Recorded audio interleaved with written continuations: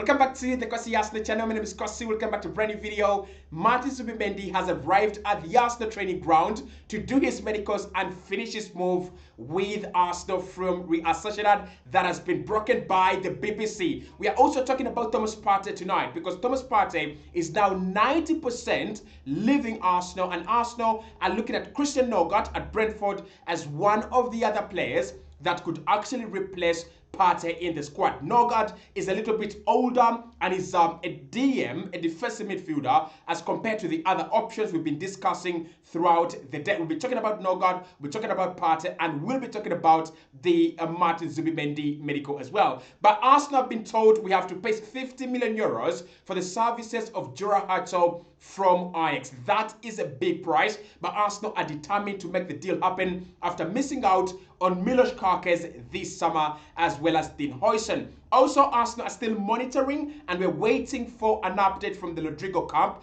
as they will meet with Xabi Alonso and Real Madrid to find a final resolution on the position of the player. Is he going to stay at Madrid? Is he going to leave? If he's going to leave, how much are Madrid asking for? And what is the realistic structure of that deal? Arsenal waiting before progressing on a couple of other deals like Noni Madueke, Mohamed Kudus, and a couple of other players. Hit the like button, subscribe to the channel as well. Arsenal transfers are now catching up and down. When other clubs don't have any updates, we've got a lot to discuss. But let's start off with that story from Sami Makpo reporting that Martin Zubimendi is now at Arsenal's training headquarters. Ahead of his move from Real Sociedad. Formalities ahead of the announcement are being completed, and then everything should be announced very, very soon. Now, when a player is at the Arsenal training ground, at the Arsenal headquarters, there are things you have got to know about. Number one, he is going to do his medicals, and number two, he's going to do the media duties. Those are the two things that happen when you go to the Arsenal headquarters. When any signing goes to the Arsenal headquarters, he's going to do his medicals. That's number one. Number two, he's going to do his media duties. I don't know which kind of shirt number he's going to put on. Maybe 5, maybe 18. We don't know at the moment, but he's going to choose his shirt number. He's going to take pictures, take videos, first interviews, and then, of course, that is after doing his medicals. This is to confirm as well from The Athletic, as reported yesterday, that Martin Zubimendi is already in London to complete his move from Arsenal. To Arsenal from Real Sociedad. Now, this story has come at the same time today when we have got an update for Thomas Partey. Partey is now edging closer than ever to leaving Arsenal. It's now standing at 90%, and Arsenal are now concretely looking at other targets to replace Thomas Partey in that area. And one of the players that we are talking about today is Christian Nogard. Now, if you don't know Christian Nogard, he's a Norwegian midfielder playing as a DM that plays for Brentford. If you watch Norway during the international break, you've seen him. But if you watch Brentford, there is that guy, tall guy, huge guy, humongous. He's got a bit of a hair, I don't know how I would call it. His haircut is a bit of like Merino's, right? That kind of sharp haircut. That is Christian Nogard, one of the experienced players in the Premier League, one of the experienced players at Brentford. Arsenal are looking at him as one of the players that can come in to replace Thomas Partey. And this is what I want to say about this. I think Arsenal are not looking for a Partey replacement. Arsenal are looking for a Jorginho replacement. I know many people out there are going to say, how do we go from Thomas Partey to Christian Nogard? How do you replace Thomas Partey with Christian Nogard? I don't think the idea is replacing Partey with Christian Nogard. I think the idea is Arsenal trying to replace Jorginho with Christian Nogard, right? So basically, the structure was supposed to be, as Romano reported, Arsenal wanted to have Martin Zubimendi and Thomas Partey, and that was supposed to be our summer transfer business in midfield. Arsenal were not planning on signing another player if Partey had decided to stay. So that meant that Zubimendi would come in as a Partey replacement in the starting 11, and Partey would naturally fall to the role of a backup, which was Jorginho's role. But now that Partey could leave, then Arsenal are going to go out there, whether you're signing Lucien Agume, whether you're signing Morgan Rogers, whether you're signing someone like Christian Nogard, you're getting a Jorginho replacement. Because we already have a Partey replacement in Martin Zubimendi. He's going to start almost every game. He's going to eat up all the minutes that Partey has been covering. But you need that player, a kind of understudy that Lokonga was supposed to be, that Jorginho was successfully doing at Arsenal. And I think Christian Nogard could actually do that role. I don't know. It's too early for us to discuss Christian Nogard, really. It is just rumors, but he's older, just like Jorginho. He's a bit younger than Jorginho. He's experienced. He's that guy who's a leader. He would be well respected. But for me, getting a DM to replace Partey and Jorginho after signing Zubimendi, and then the year before that, Arsenal signed Mikel Merino, and then the year before that, we had signed Declan Rice. It bothers me. It really, really bothers me. I would prefer that Arsenal go out there and sign a different kind of midfielder to replace Thomas Partey. But we are talking Christian Nogard as one of the players that Arsenal are considering for that role. Now, Arsenal have been told we'll have to pay 50 million euros for the services of Jorah Hato. Jorah Hato is one of the young centre-backs, stroke left-backs, that are lighting up Europe right now. I've seen a few people saying, you know, he's like Nuno Mendes. No, he's not like Nuno Mendes. He's a good player. He's a good left-back, but he's not like Nuno Mendes, right? I think what Mikel Arteta really wants to do with Jorah Hato, he wants to sign a left-back who can also play as a centre-back. He wants a player that can give him real defensive abilities while giving us offensive quality as well. And Jorah Hato can do that as well, very, very well. For the first two campaigns at Ajax, he has played as a centre-back, but last year, he predominantly played as a left back. And, his response to that, he said, I've looked at Julian Timber quite a lot, and I talked to him as well. And he's one of the players, Timber, who can play across the back line. Right back, right centre back, left centre back. And I want to be like Julian Timber. So I think Mikel Arteta might be looking for another Julian Timber. A player who can do those overlaps, a player who can do the underlaps, a player who can just tuck into midfield, a player who's so gifted on the ball and off the ball as well. That is Jorah Hato. Now, to explain to you Hato, the profile that we're talking about is another Ricardo Calafiori. Let me explain.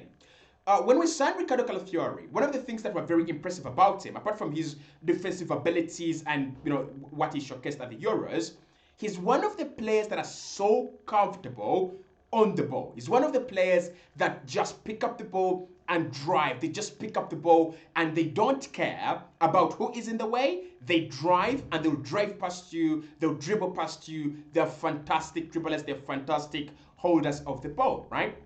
That is Ricardo Calafiori. But he's injury prone. And also, at the moment, Arsenal are losing about 3 left backs. Lewis Kelly could be moving into midfield. That's number 1. Kieran Tierney has been announced as a new Celtic player. That is number 2. And there's a possibility that Jakub Kiwior leaves as well. That is number 3. Tomiyasu, we don't know the future of Tomiyasu. So Mikel Arteta wants a player that can come in and play as a centre-back, replace Gabriel, and replace Saliba. But also someone who can also give us this kind of role where basically Arsenal can rely on him at left back. And Jorah Hato is one of the players that we are actually looking at. Quality player. But for 50 million euros, they're valuing him more than Julian Timber. Of course, Arsenal have a very good relationship with Ajax. That could help. But they're valuing him more than Julian Timber. Timber cost about 46 million euros. And they're telling us at the moment that we have to pay in excess, right? In excess of 50 million euros to get Jorah Hato. Are Arsenal going to do that? Maybe, maybe not. But one thing we know is that Arsenal have the money, right? We were willing to spend 50 million on the services of Dean Huijsen, right? 50 million pounds. So if Arsenal are willing to spend £50 million on Dean Huijsen, that tells you Mikel Arteta wants a new left back, he wants a new centre back, and we've got the money to spend on those deals. Now, there is also another deal that Arsenal are waiting anxiously and patiently on, and that is the Rodrigo goes deal. A decision is imminent, but we have not yet got it. So where we are right now, Arsenal are waiting for a meeting between Xabi Alonso, Rodrigo, and Real Madrid to decide the future, finally, of the player. Is he gonna stay? Is he gonna go? Is he going to be a bench player? Is he gonna sign for Arsenal? We are waiting for that big decision. But this is what happened during the Club World Cup. Xabi Alonso and Rodrigo met. Rodrigo was still played on the right-hand side rather than the left-hand side. The player still wants to play on the left-hand side of the attack rather than the right-hand side. So that means that the initial impression from Xabi Alonso to the player is you're either going to continue playing on the right-hand side or you're going to go. Madrid is saying, if anyone wants him, 90 million euros is good enough. If you're giving us 90 million euros, we can actually do the deal. So Arsenal are waiting patiently, very, very patiently. If anything goes wrong, if there is that meeting between Xabi Alonso and Rodrigo, and it is in Arsenal's favor, I will let you know. But right now, Rodrigo is Arsenal's last chance to get a superstar winger. Let me explain to you. Think about it. Arsenal wanted Williams, it's gone. Anthony Gordon, like I'll talk about Anthony Gordon on this video, but Anthony Gordon is crazy about Liverpool. He wants to go to Liverpool rather than to sign for Arsenal or stay at Newcastle. Antoine Semenyo is going to be very expensive. Rafa Leao is going to be very expensive. The only player that Arsenal think is worthy the money is Rodrigo. Without Nico Williams, Arsenal have one shot at this, and it is Rodrigo. If we get Rodrigo and Gyökeres or Rodrigo and Šeško, that is the perfect summer, right? That is the best summer Arsenal have done in a couple of years. But so at the moment, Arsenal are still waiting for the decision, but this is our only chance now to get a superstar winger, to get one of those players that Mikel Arteta has been asking for. Obviously, you can't blame Andre Bata. Nico Williams preferred Barcelona even before Andre Bata joining Arsenal. So I've seen a few people saying, why did he sign Nico Williams? Listen, he can't do anything. He couldn't change his mind. The player wanted to go to Barca last summer, and even this summer, he still wants to go to FC Barca. But if we don't get Rodrigo, these are the hot deals that Arsenal are chasing and pursuing. Number one, Anthony Gordon. Now, Gordon wants to go to Liverpool. That is his priority. Last summer, there was a deal between Liverpool and Newcastle for Anthony Gordon, but it broke down. I didn't understand how it broke down and why it broke down. But what I knew is that the player was willing and very much interested in signing for Liverpool.